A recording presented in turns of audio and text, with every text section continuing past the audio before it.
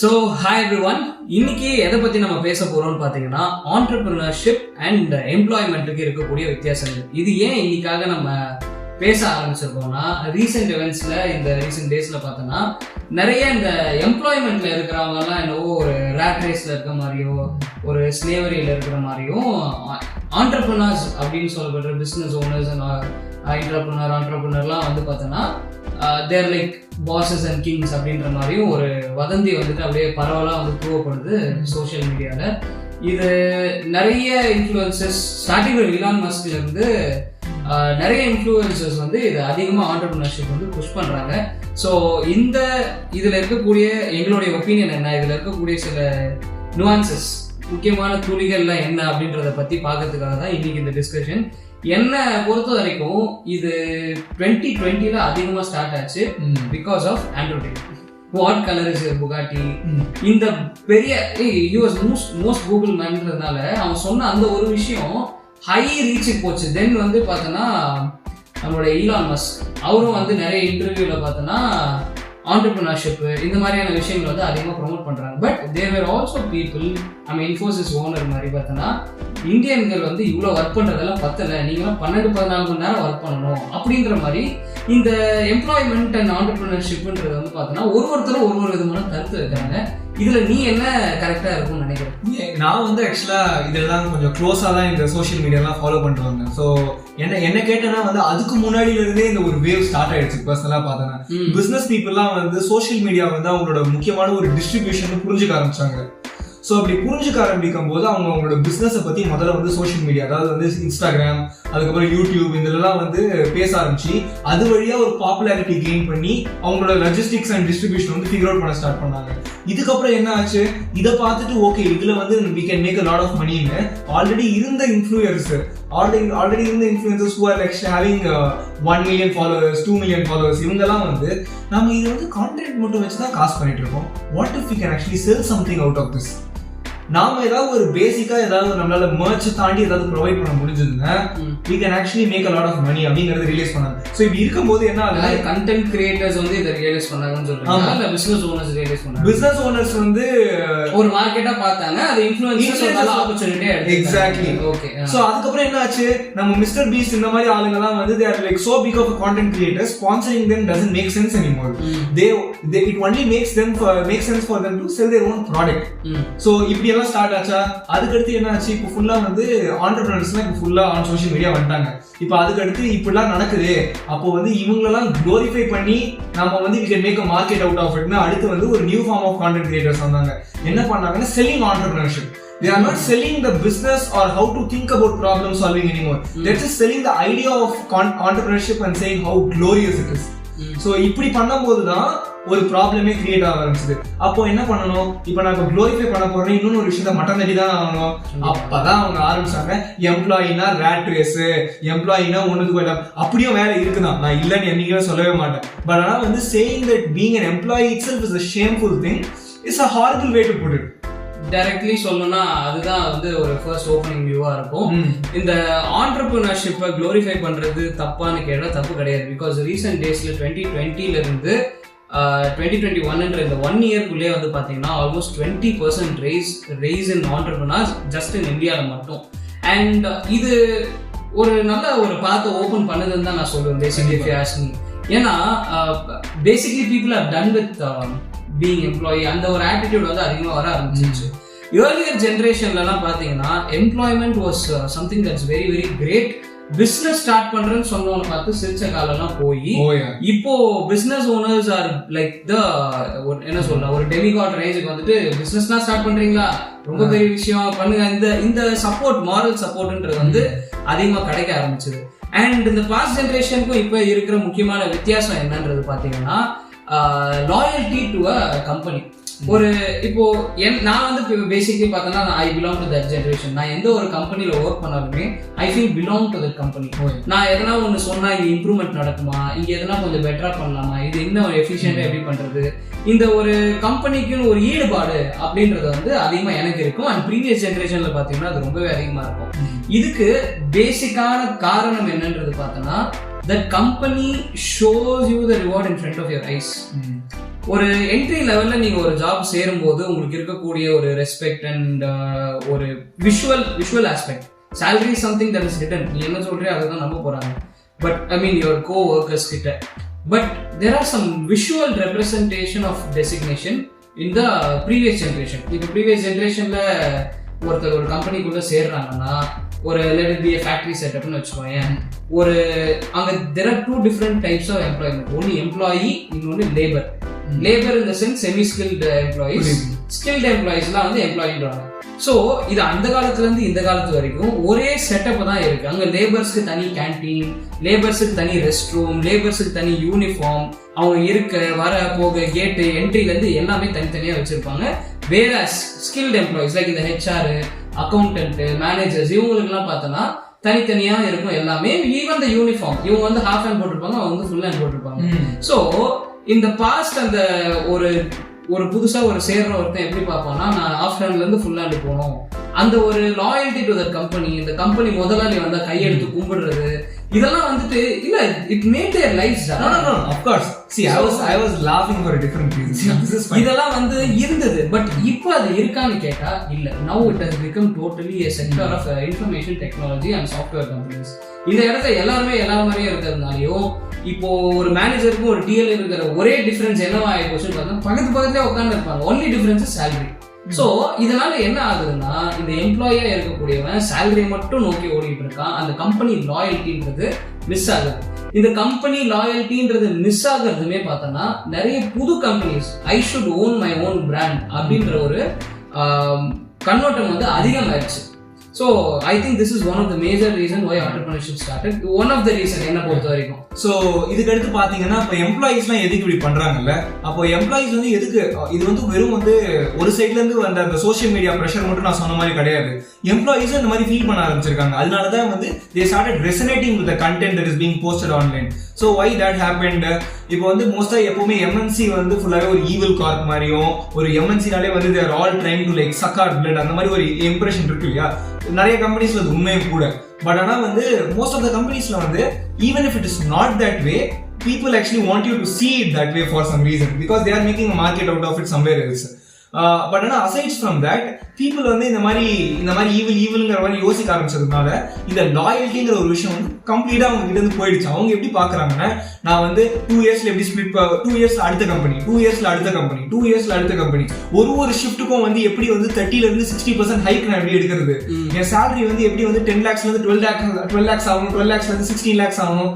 இதுதான் வந்து ஃபுல்லாவே வந்து ஒரு மாதிரி கோரா போய் சொல்றேன்ல. இந்த ஆண்டர்பிரினர்ஷிப் வந்துட்டு ஒரு மார்க்கெட் பண்றாங்கன்ட்டு அதை எப்படி பண்றாங்க நான் தெளிவா சொல்றேன். there are two major things. ஒன்னு உங்களை வந்துட்டு ஸ்டாக் மார்க்கெட்ல வந்து இன்வெஸ்ட் பண்ண வைக்கிறது, மியூச்சுவல் ஃபண்ட்ஸ் இது மாதிரி இன்வெஸ்ட்மெண்ட் ஸ்கீமுக்குள்ள தள்ளுறதுக்கு. இப்படி எடுத்தீங்கன்னா பெரிய பணக்காரர் ஆயிடலாம் அந்த ஒரு டைப்ல வந்துட்டு ஆண்டர்பிரினர்ஷிப். அதுவும் கிட்டத்தட்ட ஒரு ஆண்டர்பிரினர் தான். ஸ்டாக் எக்ஸ்சேஞ்ச் பண்ணி நீ சம்பாதிச்சிரு, you need not work 9 to 5 அப்படின்ற ஒரு காரணத்துல இன்ஸ்டாகிராம்ல நான் சொன்னேன், இந்த சோஷியல் மீடியால நான் சொல்றேன், இப்படி புஷ் பண்ணி இந்த 9 to 5 வந்து ஒரு மாதிரி இதை தள்ளி விட்டுருங்க, இது வந்து அர்த்தம் இல்லை அப்படின்ற மாதிரி விட்டுட்டு இன்வெஸ்ட்மெண்ட் ஒரு பக்கம். இன்னொரு வகையை எப்படி ஆண்டர்பிரினர்ஷிப்பை புஷ் பண்றாங்கன்னா கோர்சஸ், ஆண்டர்பிரினர்ஷிப் பத்தின courses, how to manage finance, இப்படி மேக்கிங் மணி ஆன்லைன், இந்த அஃபிலியேட் மார்க்கெட்டிங் எல்லாம் பத்தி ஒருத்தன் நீ உண்மையிலே முன்னுக்கு வரணும்னு சொல்லணும்னா அவன் கண்டென்ட்லேயே சொல்லிட்டு போயிடலாம்.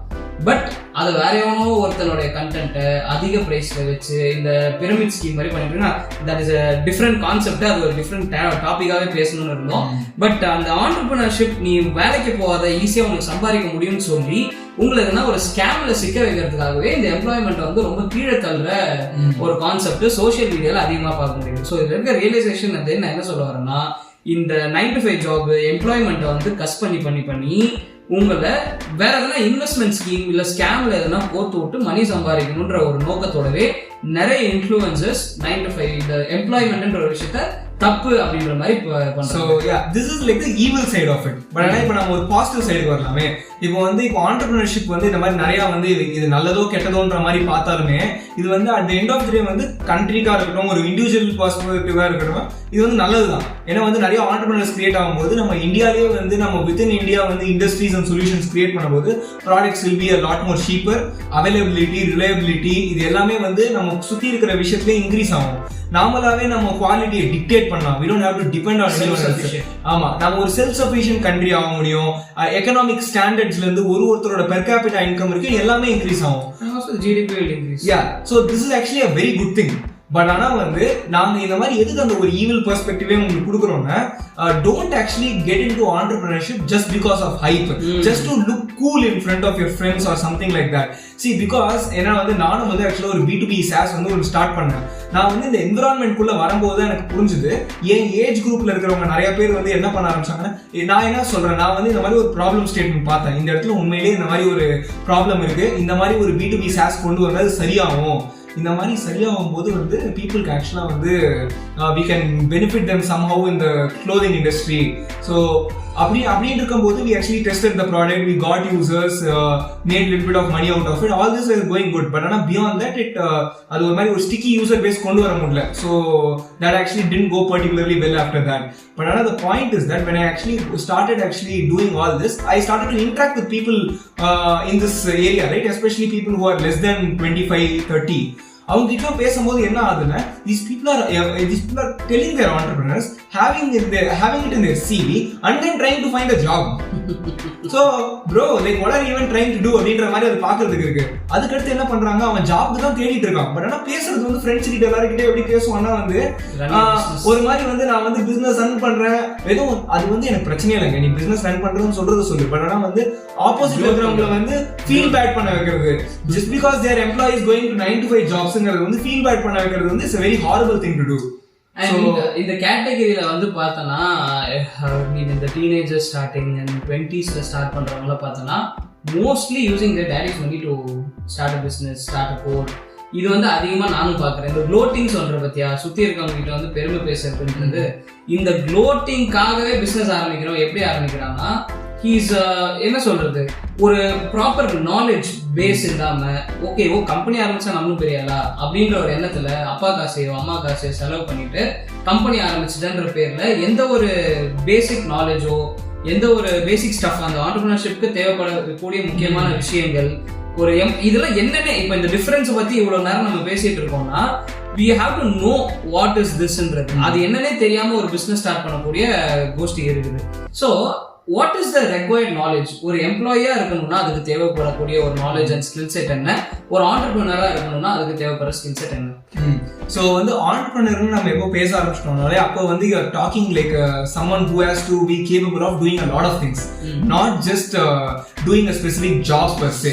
ஸோ அதுதான் வந்து அங்கே ஒரு ஃபர்ஸ்ட் கிரைட்டீரியாவே. உங்களுக்கு வந்து ஒரு பேசிக்கான ஒரு பீப்புள் ஸ்கில் இருக்கணும், being able to communicate what you want to do. ஏன்னா ஒரு இன்வெஸ்டர் கிட்ட போறீங்கன்னா கூட உங்க ப்ராடக்ட்டை வந்து உங்களால பெட்டரா எக்ஸ்பிளைன் பண்ணி அதோட வேல்யூ வந்து இதாண்டா அதோட value, I think it is worth this much, அந்த மாதிரி வந்து ஒரு அதுக்கப்புறம் பிளைண்ட் சைட் ஆகாம இருக்கிறது. அப்புறம் வந்து பீங் ஏபிள் டு லைக், அதாவது ஹெச்ஆர்ல இருந்து இன்ஜினியர்ல இருந்து பீப்புள் வந்து லீடர்ஷிப் குவாலிட்டி இருக்கு, எல்லாமே உங்களுக்கு வேணும். இந்த மாதிரி வந்து ஒரு ஆண்டர்பிரினர்ஷிப் பண்ணணும்னு at the end of the day இதெல்லாம் வந்து ஒரு எம்ப்ளாய்க்கும் டிரான்ஸ்ஃபரபிள் ஸ்கில்லா. ஆமா, பட் ஆனால் வந்து ஒரு எம்ப்ளாயி கிட்ட வந்து ஒரு கம்பெனி என்ன எதிர்பார்க்கணும்னா, நான் உன்னை எந்த ரோலுக்கு ஹையர் பண்ணணும், அதை நீ சாட்டிஸ்ஃபை பண்றியா, எனக்கு உனக்கு சம்பளம் கொடுக்கறது பிரச்சனை இல்லை, அதை தாண்டி அதை எடுத்து நீ என்ன வேலை தான் பண்றியா, அது உன்னோட இஷ்டம். Happy to see you do that. If possible, we'll promote you if we want to, if we see the possibility of you in a higher place or something. So exactly, இப்போ நான் வந்து ஒரு சாஃப்ட்வேர் இன்ஜினியரிங் பேஸ்ல ஒரு company ஆரம்பிக்கணும்னா இந்த software engineering மட்டும் தெரிஞ்சா பத்தாது. அந்த அக்விசிஷன்ல இருந்து ஜிஎஸ்டி ஃபைலிங்ல இருந்து நிறைய விஷயங்கள் அந்த கம்பெனியை சுத்தி கன்ஸ்ட்ரக்ட் பண்ணக்கூடிய ஒரு அடித்தளமா இருக்கக்கூடிய எல்லா விஷயங்களும் வந்து தெரிஞ்சிருக்கணும். பிகாஸ் அதுக்கு ஃபியூச்சர்ல நீ ஒரு டேலண்ட் ஹையர் பண்ணுவேன்னாலும் ஸ்டார்டிங் ஸ்டேஜஸ்ல you have to put your manners and you have to make that எஃபர்ட்ன்றதுனால ஒரு ஆண்டர்பிரினரா இருக்கக்கூடிய ஒரு ஆள் பேஸ் நாலேஜ் ஆஃப் எவ்ரிதிங்ன்றது இருக்கணும்.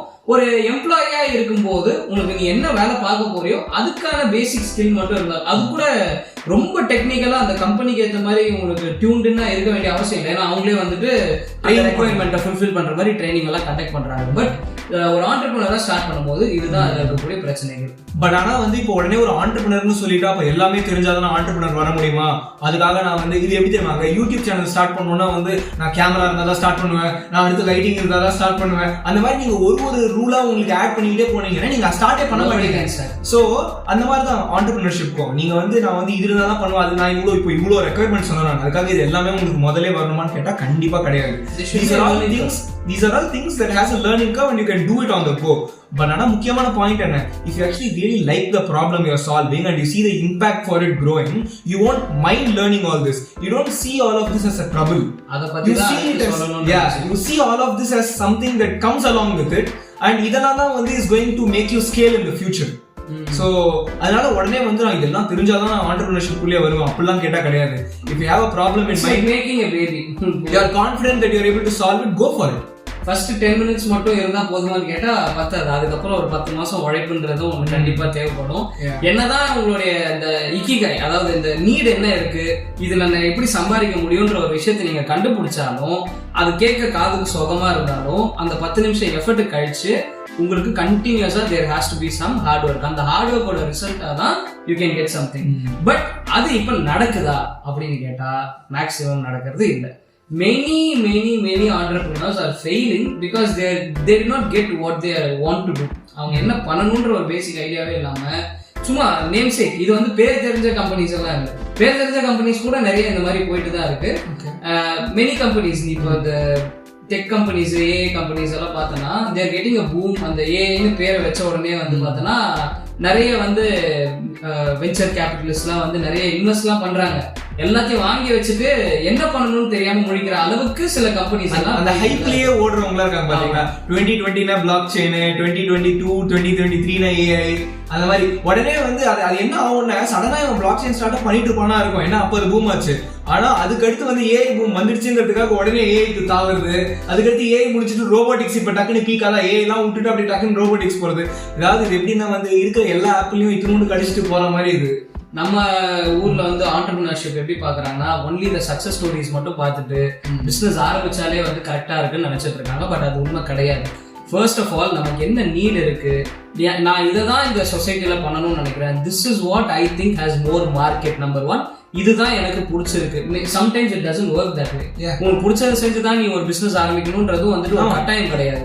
But what the world needs, அப்படி எந்த ஒரு கேப்பை நம்ம ஃபில் பண்ண போறோம்ன்றத நீ ரியலைஸ் பண்றதுக்கே வந்துட்டு it will take around 25 to 30 years old. So ஏன்னா அதுக்கு முன்னாடி என்ன யோசிச்சாலும் அது it is definitely because of any form of influence தான். ஏன்னா ஒரு மெச்சூரிட்டி, ஒரு செல்ஃப் திங்கிங் கெப்பாசிட்டின்றது வரது பேசிக்லி ஒரு ஏஜ் ஃப்ரேம் சொல்றேன் நான் for most of the people. Sometimes you can get it in a very younger age. Exceptionsங்கிறது எல்லா இடத்துலயுமே இருக்கு. So 25 கீழே வந்து people who make it also there. But at the end of the day average-ஆ பாத்தீங்கன்னா it takes like 15 years to just like to be in a comfortable stage when you are actually making a company. So அதெல்லாம் வந்து undeniable. Exactly. So இந்த என்ன பண்ண போறோம்ன்றதெல்லாம் வந்துட்டு கண்டுபிடிக்காம நம்ம என்ன NEET இருக்கு, எதை பண்ணா I think this business will grow, இதெல்லாம் வந்து கத்துக்கிறதுக்கு I personally think you should get hands-on experience inside a business. அது ஒரு small scale, medium scale, large scale, எந்த ஒரு கம்பெனியா இருந்தாலும் I would strongly prefer small scale or medium scale. ஏன்னா you can directly look into all the process that takes on. ஒரு pen pencil வாங்குறதுக்கு என்னென்ன ஃபார்ம் எல்லாம் ஃபில்அப் பண்றாங்கன்றது வந்து ஜிஎஸ்டி ஃபைலிங்ல இருந்து ஒரு டேலண்ட் எப்படி ஹையர் பண்றாங்கன்ற மாதிரி முக்கியமான டீடைல்ஸ் எல்லாத்தையுமே ஒரு கம்பெனில ஒரு எம்ப்ளாயா ஒர்க் பண்ணும்போது if you are interested in developing business நீங்க பார்க்க முடியும். யூ கேன் சி, அதை அவாய்டே பண்ண முடியாது. ஒரு விஷயம் உங்க கண்ணு முன்னாடி தெரியும். ஒரு HR ஒரு விஷயத்துக்கு போய் அப்ரூவல் வாங்குறதா இருக்கட்டும், அக்கௌண்ட்ஸ்ல அதுக்கு என்ன பண்றாங்க, இதெல்லாம் கண்ணால பார்க்க உங்களுக்கு டெக்னிக்கல் டீடைல் தெரிஞ்சுக்கணும்னு இல்லை, just see how it works.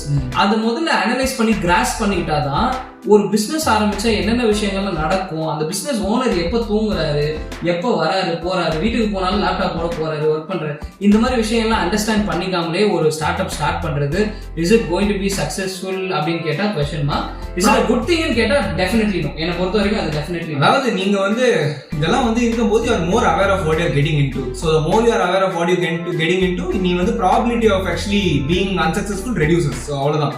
So இதை தாண்டி வந்து சிம்பிளாக அதை பார்க்கணுன்னா வந்து at end of the day company எக்ஸ்பீரியன்ஸ்னு ஒன்று இருந்தால் என்ன ஆகுது, நீ ஒரு ஸ்பெசிஃபிக்கான டொமைனில் வந்து உங்களை நீங்கள் க்ரோ பண்ணிக்கிறீங்க. அப்படி க்ரோ பண்ணும்போது ஆட்டோமேட்டிக்காக வந்து அங்கே இருக்கிற வந்து இஷ்யூஸ்லாம் உங்களுக்கு கண்ணில் அப்படியே அப்பட்டமாக அப்படியே தெரிய ஆரம்பிக்கும். அப்படி தெரிய ஆரம்பிக்கும் போது தான் market gap product market fit, இதெல்லாம் இருக்குங்கிறதே உங்களுக்கு அப்பதான் ரியலைசேஷன் வரும்.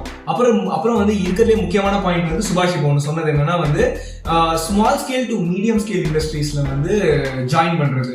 ஏன்னா வந்து அந்த மாதிரி ஜாயின் பண்ணும்போது நீங்க முதல்ல வந்து ஒரு ஸ்டார்ட் அப் ஃபவுண்டர் அந்த மாதிரி அவங்க வராங்கன்னா நீங்களும் அந்த கல்ச்சர் சப்போர்ட் பண்றீங்க. இப்போ அதே மாதிரி வந்து நீங்களும் அவங்களோட விஷன் அவங்களோட கன்விக்ஷன்ல வந்து நீங்களும் ஒரு பார்ட்டா இருந்து you are also getting the skin in the game. People usually given equity for getting into this stuff and also maybe the pay might not be extremely well like some kind of MNC companies, but that is the whole point. You are there to actually grow with the company. There's a sacrifice. Yeah, and இதுதான் வந்து அந்த loyalty, coming back to loyalty again. And if you really believe in the company's vision and if it's successful, you're going to be much more financially well than being in an MNC. But that demands loyalty, conviction and also supporting entrepreneurs and founders. So yeah, true. So நான் அது ஆக்சுவலாக ஒரு basically நான் start அப்ன்ற ஃபோக்கஸில் தான் நீங்கள் start பண்ணணும்னு சொல்ல. இது ஒரு சக்ஸஸ்ஃபுல்லாக வருஷக்கணக்கில் ரன் ஆகிட்டு இருக்க ஒரு மீடியம் ஸ்கேல் ஸ்மால் ஸ்கேல் கம்பெனியாக இருந்தால் கூட யூ கேன் டெஃபினெட்லி ரொம்ப டிரான்ஸ்பரன்சின்றது அதிகமாக இருக்கும். டைரெக்டாக நீங்கள் டைரக்டர்ஸ் விபிஸ் இவங்க கூட ஈஸியான ஒரு கான்டாக்ட் இருக்கும், ரீச் பண்ண முடியும் ஈஸியாக. Then not be like to big of people who just get their shares and do நத்திங்ன்ற மாதிரி இருக்க மாட்டாங்க. ஒரு ஸ்மால் ஸ்கேல் ஒரு மீடியம் ஸ்கேல் கம்பெனி வரும்போது ஒரு டெசிஷன் மேக்கிங்கும் அவங்க தான் எடுக்கிற மாதிரி இருக்கும். சம்டைம்ஸ் இல்லைனா கூட ஒரு ரெகுலர் மீட்டிங் பேசிஸ்ல என்னென்ன நடக்குதுன்றதெல்லாம் அனலைஸ் பண்ணுவாங்க. ஸோ அந்த contact with this people are incharge for the company அவங்க கூட நீங்க டைரக்டா லைவா இன்ட்ராக்ட் பண்ணும்போது தான் நிறைய விஷயங்கள், ஏன்னா நான் சில விஷயங்கள் அப்படிதான் கத்துக்கிட்டேன். இந்த இன்வென்டரி மெயின்டைன் பண்றது, டெட் ஸ்டாக் என்ன, எவ்வளவு வருஷம் ஒரு ஸ்டாக் நீங்க வச்சுக்க முடியும், அதுக்கு என்னென்ன டாக்ஸ் இருக்கும், இது நீங்க எப்படி ஒருத்தண்ட விற்கிறதுன்ற மாதிரி நிறைய ப்ராசஸ்லாம் நான் தெரிஞ்சுக்க வந்தது அப்படிதான். So basically as in the first part of this video என்ன சொல்றோம்னா, இந்தந்த விஷயங்கள்லாம் தெரிஞ்சுக்காம ஒரு ஸ்டார்ட் அப்ன்றதை வந்துட்டு நம்ம ஆரம்பிக்கிறத பத்தி யோசிக்க கூடாது. யோசிச்சுட்டீங்க ஒரு ஸ்டார்ட் அப் தான் பிசினஸ் தான் ஸ்டார்ட் பண்ணுன்ற முடிவு எடுத்துட்டீங்கன்னா அந்த பிசினஸ் ஆரம்பிக்கிறதுக்கு முன்னாடி கொஞ்சம் ப்ராப்பரான R&D, ப்ராப்பரான எக்ஸ்பீரியன்ஸ் இதெல்லாம் எடுத்துக்காம பண்ணக்கூடாதுன்றதுதான் first part of this video. அப்படி ஒரு பிசினஸ் ஆரம்பிச்ச பிறகு தென் நம்ம ஃபேஸ் பண்ணக்கூடிய பெனிஃபிட்ஸ், அதில் இருக்கக்கூடிய ப்ரோஸ் கான்ஸ், அந்த ஸ்டெபிலிட்டி அதெல்லாம் பத்தி நம்ம நெக்ஸ்ட் பார்ட் ஆஃப் த வீடியோல பார்க்கலாம். And thank you so much for tuning in. And as a business owner, thank you for sharing your insights also. So see you guys in the second part, which will be uploaded soon. Have a nice day. Bye guys.